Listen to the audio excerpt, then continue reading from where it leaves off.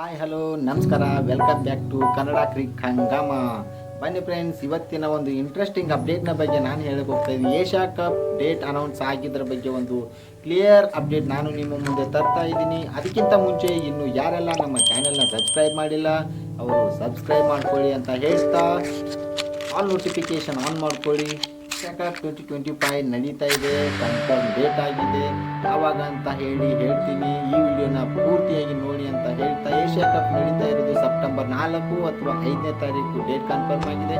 Final date ಬಂದು September 21ನೇ ತಾರೀಕು ನಡೀತಾ ಇದೆ. ಆದರೆ ಇಂಡಿಯಾ ಪಾಕಿಸ್ತಾನ್ ಮ್ಯಾಚ್ ಯಾವಾಗ? ನೀವೆಲ್ಲ ಕಾಯ್ತಿರೋದು ಇಂಡಿಯಾ ಪಾಕಿಸ್ತಾನ್ ಮ್ಯಾಚ್ ಯಾವಾಗ ಅಂತ ಹೇಳಿ. ಈ ಒಂದು ಮ್ಯಾಚ್ ಇರೋದು ಸೆಪ್ಟೆಂಬರ್ 7ನೇ ತಾರೀಕು ದುಬೈಯಲ್ಲಿ ನಡೀತಾ ಇದೆ.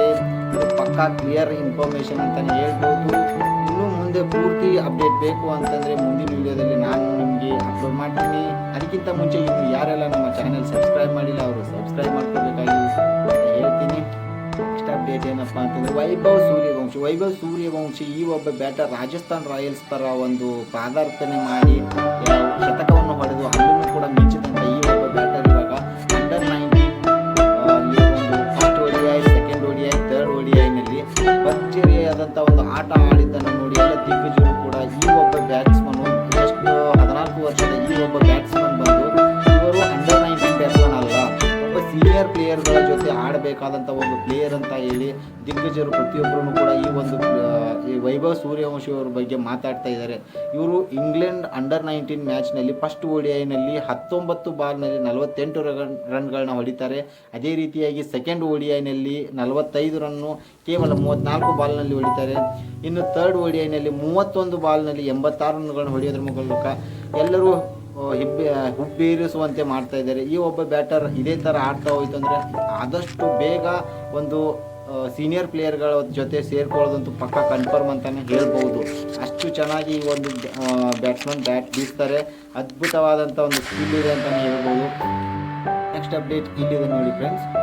2ನೇ ತಾರೀಕು ಜುಲೈ ಈ ಒಂದು ತಿಂಗಳಲ್ಲಿ ಮ್ಯಾಗ್ನೆಸ್ ಅವರು ಒಂದು ಅಪ್ಡೇಟ್ನ ಮಾಡ್ತಾರೆ ಗುಕೇಶ್ ಅವರ ಬಗ್ಗೆ. ಗುಕೇಶ್ ನಾನು ಆಡುವ ಒಬ್ಬ ಎಲ್ಲ ಆಟಗಾರರಲ್ಲಿ ದುರ್ಬಲ ಪ್ಲೇಯರ್ ಅಂತ ಹೇಳಿ ಅವರು ಒಂದು ಹೇಳ್ತಾರೆ.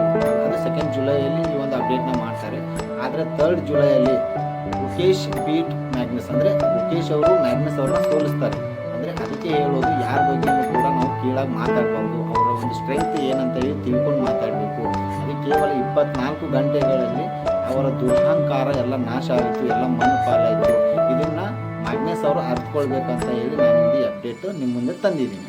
ಈ ವಿಡಿಯೋ ನಿಮಗೇನಾದರೂ ಇಷ್ಟ ಆಗಿದರೆ ನನ್ನ ಚಾನೆಲ್ನ ಲೈಕ್, ಶೇರ್, ಸಬ್ಸ್ಕ್ರೈಬ್ ಮಾಡೋದನ್ನು ಮರಿಬೇಡಿ ಅಂತ ಹೇಳ್ತಾ, ಇದೇ ರೀತಿಯಾಗಿ ನಾನು ಕಂಟಿನ್ಯೂಸ್ ಆಗಿ ಕ್ರಿಕೆಟ್ನ ಬಗ್ಗೆ ಅಥವಾ ಮತ್ತೆ ಇನ್ನು ಎಲ್ಲ ಥರದ ಅಪ್ಡೇಟ್ ಕೊಡ್ತಾ ಹೋಗ್ತೀನಿ.